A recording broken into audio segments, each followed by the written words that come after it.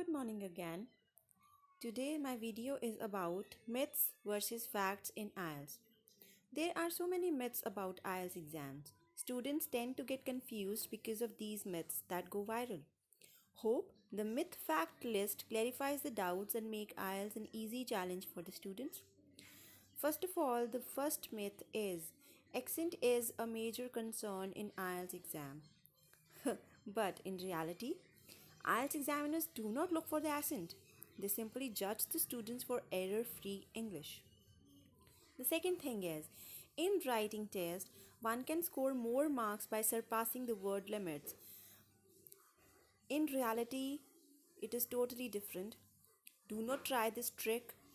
The minimum limit is 250 words, but there is no maximum word limit. You can write on your own.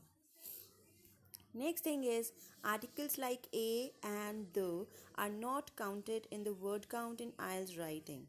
It is wrong. They are counted in the total word count. The next thing is score and standard of IELTS exam varies from country to country. No dear, IELTS exam happens almost at the same time across the globe with similar questionnaires. The next myth which everybody thinks is confidence and attitude is tested during IELTS speaking test. And the reality is only English oratory is judged during IELTS speaking. Fluency and coherence, lexical resources, grammatical range and pronunciation are checked. The next myth which the students have is 4.5 out of 9 bands are allocated to the speaking part 2 in speaking, which is cue card. No, not at all. The whole speaking is judged by, as I've already told you, fluency, lexical resources, grammatical accuracy and pronunciation. You are given bands for all the criteria and there is an average as final band score. I have also come across this myth. In writing, the allocation for task 1 is 3.5 and task 2 is 5.5 out of total 9, and this proportion keeps on changing.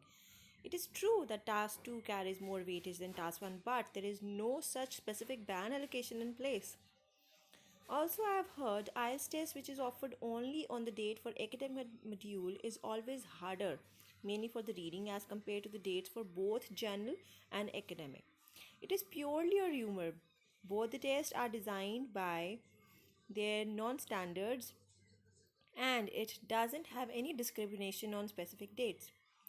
Last but not the least, students can't ask the examiner in speaking to repeat the question. No dear, speaking test is not a listening test and it is perfectly acceptable to ask the examiner to repeat the question. So I hope the myths and the facts are clear now.